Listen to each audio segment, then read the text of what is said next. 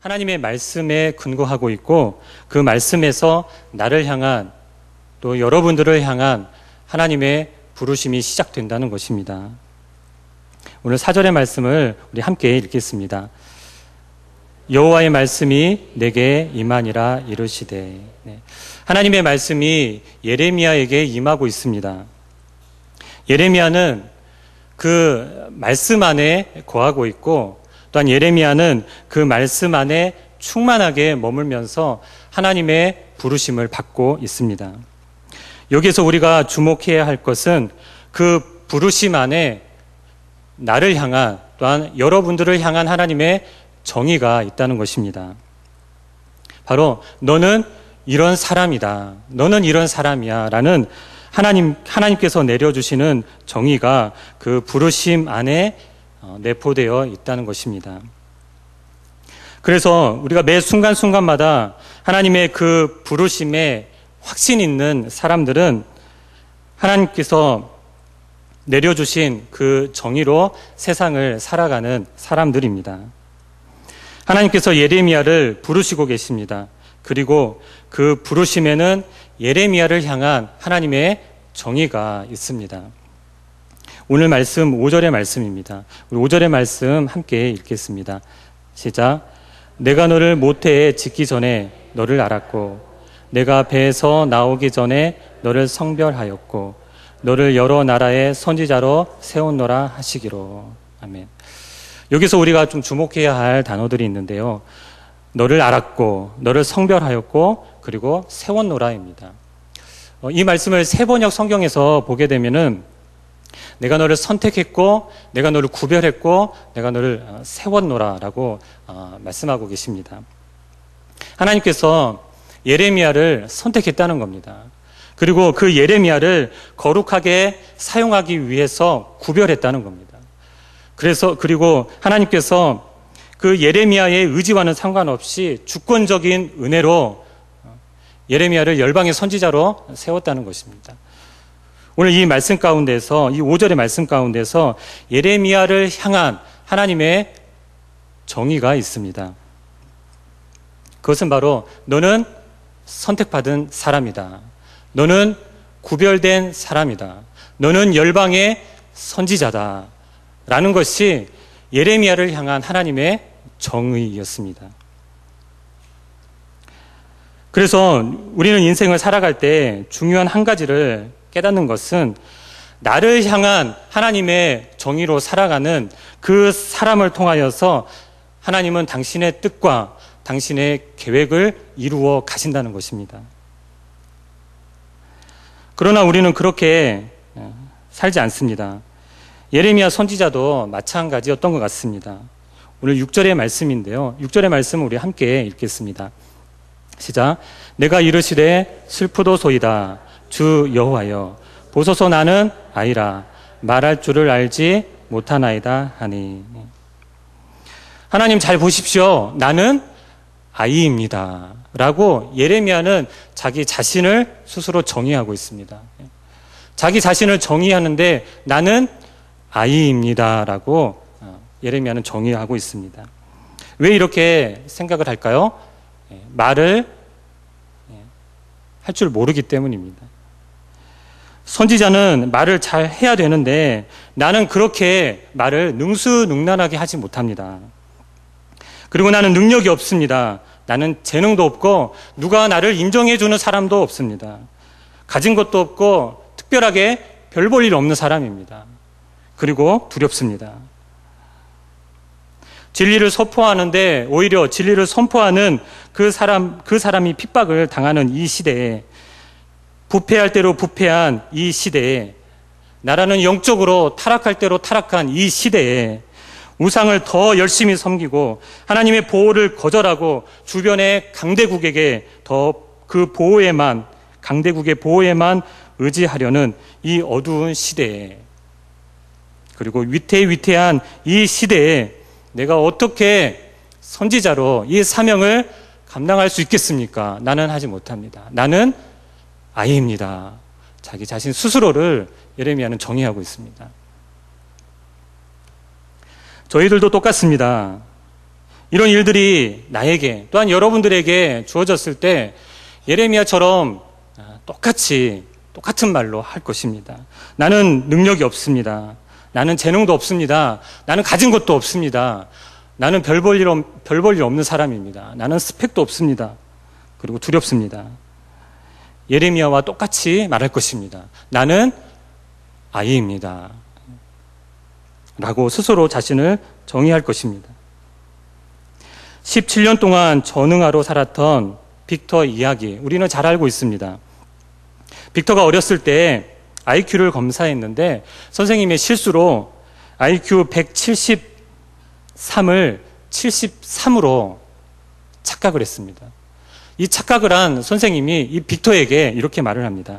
너는 머리가 좋지 않으니 너는 어차피 공부를 해도 졸업을 할 수 없는 아주 멍청한 머리니 너는 공부보다 장사를 하는 편이 훨씬 나을 것이다. 빅터는 선생님에게 이런 말을 듣습니다. 그래서 생각하기를 빅터는 스스로 이렇게 생각합니다. 아, 나는 전응아이구나. 나는 전응아이구나. 자기 자신을 이렇게 정의하면서 17년 동안 전응아로 살아갑니다. 그런데 그의 나이 32살 때 우연히 IQ 검사를 했는데 그 IQ가 몇이 나왔냐면 161이 나온 거예요. 알고 봤더니 천재였습니다. 자신이 천재라는 사실을 알게 된 그때부터 그는 천재의 인생으로 살아갑니다. 책을 펴고요. 그리고 특허 기업가로 승승장구합니다. IQ가 148 이상만 가입할 수 있는 멘사클럽의 회장까지 하게 됩니다. 선생님이 그 빅터를 정의했을 때 그 빅터는 17년 동안 전응아로 살아갑니다. 하지만 나는 천재다. 자신이 천재임을 알고 난 후에 자신을 천재로 정의한 그때부터 빅터의 인생은 완전히 달라지는 인생으로 살아갔습니다. 장군의 아들 김도환이 있습니다. 형사가 김도환을 부를 때 김독강이라고 불렀습니다. 왜 이렇게 불렀냐 하면 그는 깡패이고 거지였기 때문입니다. 깡패와 거지로 살아갔던 어느 날 수뇌보를 쓴 박계주라는 인물이 찾아와서 이 김도환에게 이렇게 말을 합니다.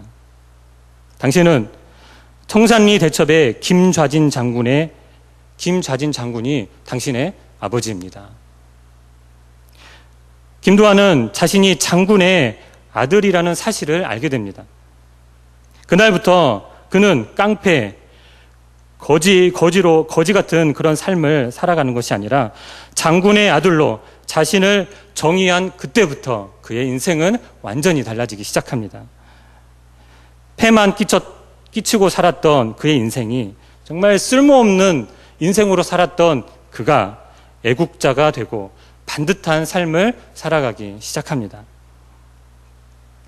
나를 어떻게 정의하느냐에 따라 나의 삶의 태도가 변화되고 그 변화된 태도는 나의 인생, 여러분들의 인생을 바꾸는 놀라운 사실이 있다는 것입니다. 우리가 이렇게 살면 얼마나 좋겠습니까? 그러나 꼭 방해꾼이 있기 마련입니다. 마태복음 4장 3절에 마귀가 예수님께 와서 이렇게 말을 합니다. 내가 만일 하나님의 아들이거든 명하여 이 돌들로 떡덩이가 되게 하라.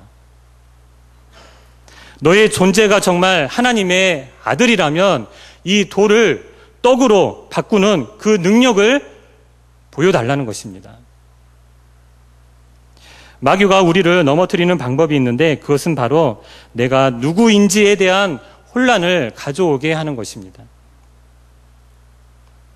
예수, 내가 능력이 있으면 너는 하나님의 아들이 될 것이다. 그렇지만 반대로 내가 능력이 없으면 너는 하나님의 아들이 아닐 것이다 라는 겁니다.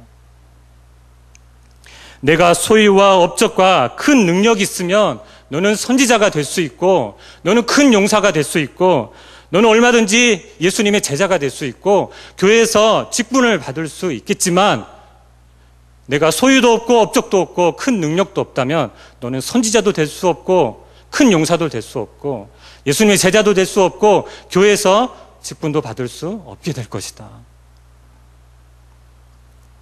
마귀는 능력이 곧 너라는 것입니다. 우리를 향한 또한 여러분들을 향한 이 마귀의 정의는 바로 능력입니다. 모세는 하나님의 산 호렙에서 하나님의 말씀 안에 머물게 됩니다. 출애굽기 3장 10절에서 이렇게 하나님께서 말씀하십니다. 이제 내가 너를 바로에게 보내어 너에게 내 백성 이스라엘 자손을 애굽에서 인도하여 내게 하리라. 그리고 11절에서 모세가 하나님께 이렇게 아뢰입니다. 내가 누구이기에 바로에게 가며 이스라엘 자손을 애굽에서 인도하여 낼 수 있겠습니까? 내가 누구이기에 그 일을 할 수 있겠습니까? 저는 처가살이를 40년이나 했습니다. 나는 직업도 없고 갈 곳도 없습니다. 어떤 소유도 능력도 큰 업적도 남긴 것도 없습니다. 정말 별 볼 일 없는 게 바로 저입니다. 이런 내가 누구이기에 이런 하나님의 이 사명을 감당할 수 있겠습니까? 엘리야는 바알과 아세라 선지자 850명을 물리칠 때는 얼마나 당당하고 자신감이 넘쳤습니까? 그러나 이세벨에게 내가 너를 반드시 죽일 것이다 라는 메시지를 듣고 나서 엘리야는 로뎀 나무 아래 가서 통곡하면서 하나님께 기도합니다. 하나님, 나를 죽여주십시오. 나를 죽여주십시오. 나는 쓸모없는 사람입니다. 능력이 나타나면 나는 괜찮은 사람이고 이세벨 하나 꺾지 못하는 무능력할 때에는 로뎀 나무 아래 가서 통곡하면서 하나님께 아뢰입니다. 나는 쓸모없는 인간입니다. 나를 차라리 죽여주십시오.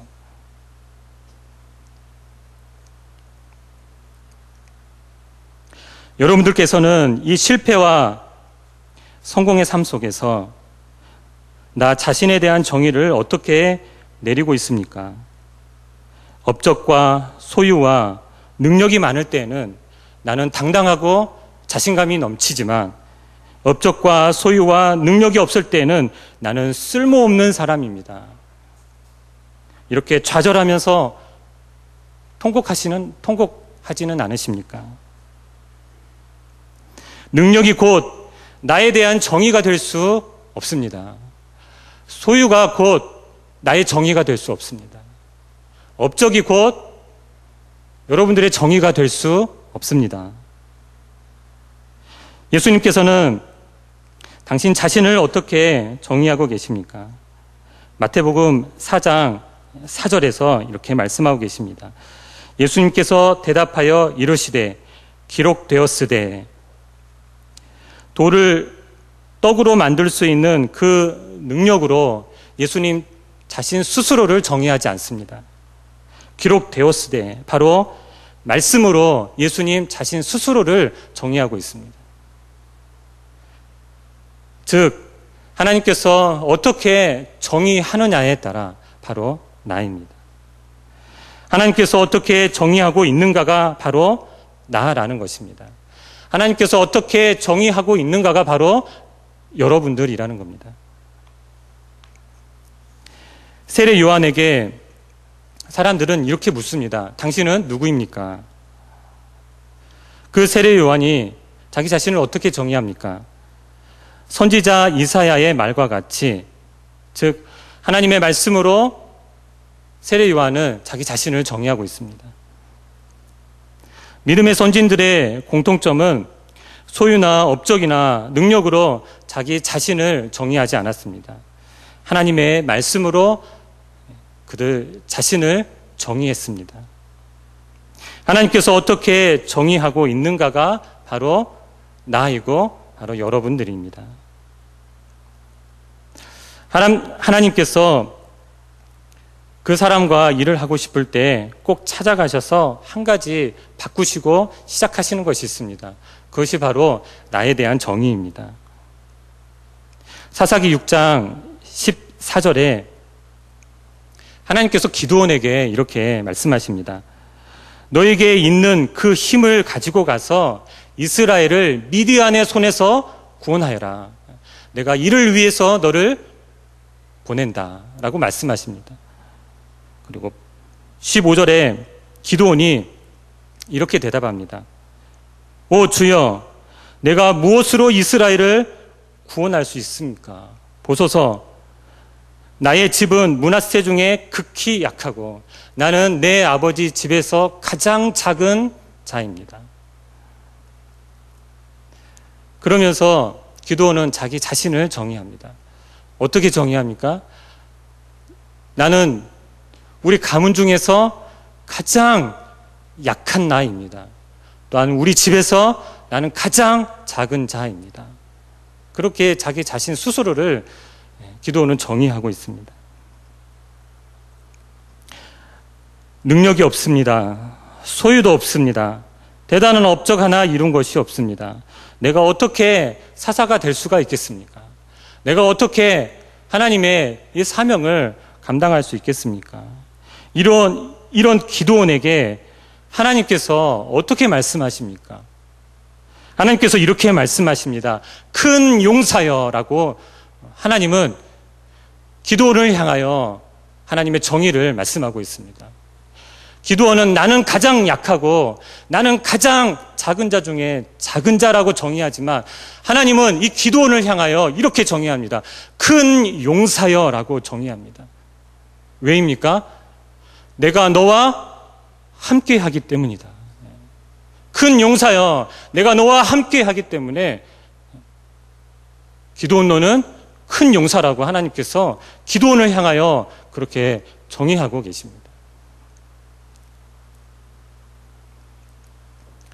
아무것도 가진 것 없는 기드온에게, 이룬 것 하나, 능력 하나 없는 기드온에게 너는 큰 용사다라고 말씀하고 있습니다. 하나님께서는 무엇을 바꿔주십니까? 바로 기드온의 정의를 바꾸어 주십니다. 그리고 난 후에 기드온을 하나님께서는 위대하게 그 시대에 하나님의 사람답게 하나님은 사용하십니다. 내가 가지고 있는 소유와 업적과 능력으로 너 자신을 정의하지 말라는 것입니다.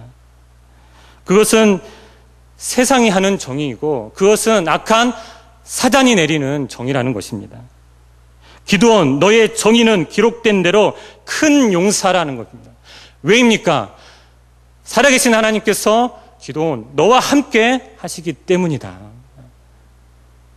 그렇기 때문에 하나님은 기드온을 향하여 너는 큰 용사다라고 그렇게 정의하고 있습니다. 하나님께서는 예레미야에게 무엇을 바꾸어 주십니까?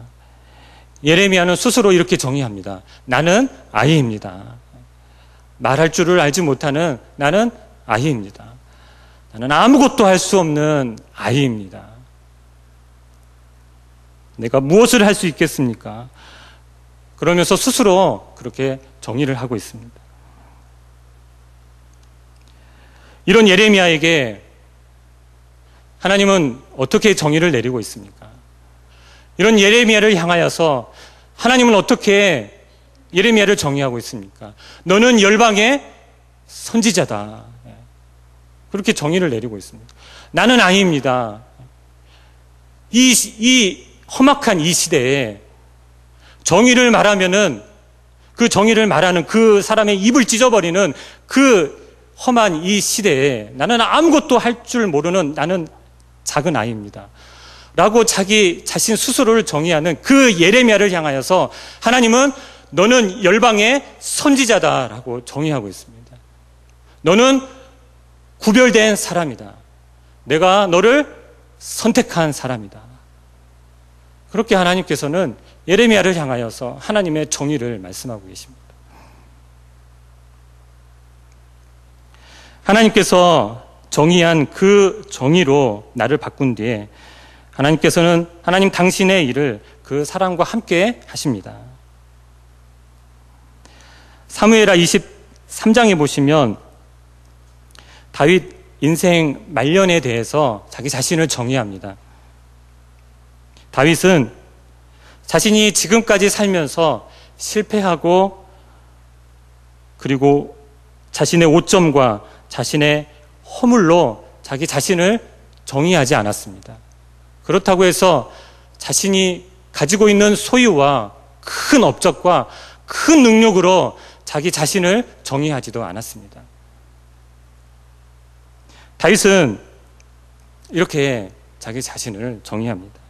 하나님께서 나를 높이 세우셨고, 하나님께서 나를 기름 부으셨고, 하나님께서 나를 예배자로 세우셨다.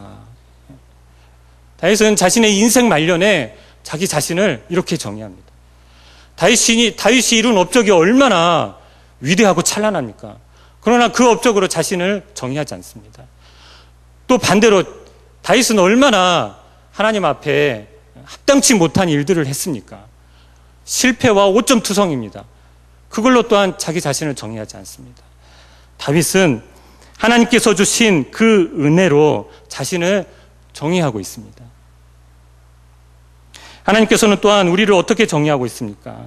너희는 택하신 족속이요, 왕같은 제사장들이요, 거룩한 나라요, 그의 소유가 된 백성이니 라고 하나님은 저를 향해서, 여러분들을 향해서 이렇게 정의하고 있습니다. 인생을 뒤돌아보면은 해놓은 것 하나도 없고, 가진 것 하나도 없고, 집 하나 장만하지 못한 것, 이런 것들을 생각하면은 정말 인생이 얼마나 초라하게 느껴지는지 모르겠습니다. 정말 인생 헛살았구나, 이런 탄식이 절로 나오는 것 같습니다. 그러나 생각해 보면은 우리에게 돈을 주시려고 예수님께서 이 땅에 오신 것이 아니었습니다. 예수님께서 이 땅에 오신 분명하신 이유는 우리를 구원하시기 위해서, 우리에게 영생을 주시기 위해서 오셨습니다. 또 우리의 종착지는 이곳이 아니라 하나님께서 계시는 하나님의 나라입니다. 하나님께서 당신의 뜻을 이루시기 위해서 때로는 우리에게 궁핍도 주시고, 환난도 주시고, 어려움도 주시고, 질병도 주시고, 또 물질의 넉넉한 소유도 주십니다. 그러나 돈이 있고 없고가 중요한 것이 아닙니다. 소유와 업적과 능력이 중요한 것이 아닙니다. 그것들로 나를, 여러분들을 정의할 수가 없다는 겁니다. 그것들로 나의 가치를, 여러분들의 가치를 정할 수 없다는 것입니다. 오직 우리의 가치와 우리의 정의는 어디에 있습니까? 바로 예수 그리스도에게 있습니다. 예수님에게 있습니다. 예수님에게 나의 정의가 있고, 예수님에게 저와 여러분들의 가치가 있습니다. 우리가 지폐를 아무리 구부려도, 휴지통에 집어넣어도 그 지폐의 가치는 사라지지 않더라고요. 사라지지 않습니다. 우리의 인생이 실패하고 좌절하고 낙심하고 낙담으로 인해서 구겨진다 할지라도 저와 여러분들의 가치는, 저와 여러분들의 정의는 구겨지지 않습니다. 그 가치는 사라지지 않습니다. 나를 향한 하나님의 정의로 살아가는 사람은 하늘에서도 빛나고 이 땅에서도 빛나는 인생을 살아갑니다. 나의 가치를 영원한 주님께 두는 사람은 하늘에서도 빛나는 인생이고 이 땅에서도 빛나는 인생을 살아가게 될 것입니다. 정말 승승장구한 한 사업가가 있었습니다. 그러나 그분이 IMF 때 사업이 점점 망해지기 시작했습니다. 그래서 목사님께 기도 부탁을 요청했습니다. 그분의 기도 부탁은, 기도 제목은 이거였습니다. 하나님, 목사님, 내가 일군 이 사업이 망하더라도 장로답게 망하게 해주십시오. 그분의 직분이 장로였나 봅니다. 내가 망하더라도 장로답게 망하게 해주십시오. 그러나 용기를 잃지 않도록 도와주십시오. 저는 이 난관을 이길 힘도 능력도 없습니다. 이것이 그분의 기도 제목이었습니다. 그 장로님은 자기 자신을 어떻게 정의하고 있습니까? 사업이 성공하고 실패하고 그게 중요한 것이 아니었습니다. 이분에게는요. 이분은 어떻게 하면 내가 장로답게 살아갈 수 있을까? 어떻게 하면 내가 이 땅 가운데서 그리스도인답게 살아갈 수 있을까? 하나님의 사람답게 살아갈 수 있을까? 그것이 가장 큰 걱정이었던 거예요. 이 장로님은 자기 자신을 무엇으로 정의합니까? 나는 하나님의 사람입니다. 나는 그리스도인입니다. 나는 하나님께서 주신 장로입니다. 그것이 그분이 내린 당신 자신의 정의였습니다. 후에 이분은 전보다 더 잘되는 하나님의 은혜를 맛보았습니다. 내가 누구인가? 하나님께서 정의한 그 정의로 살아갈 때 우리의 삶의 태도가 바뀌고 인생이 달라집니다. 소유와 업적과 능력이 중요하지 않습니다.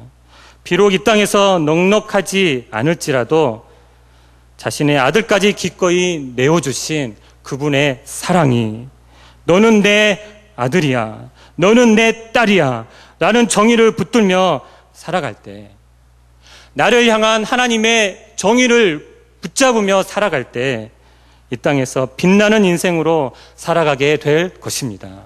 네, 함께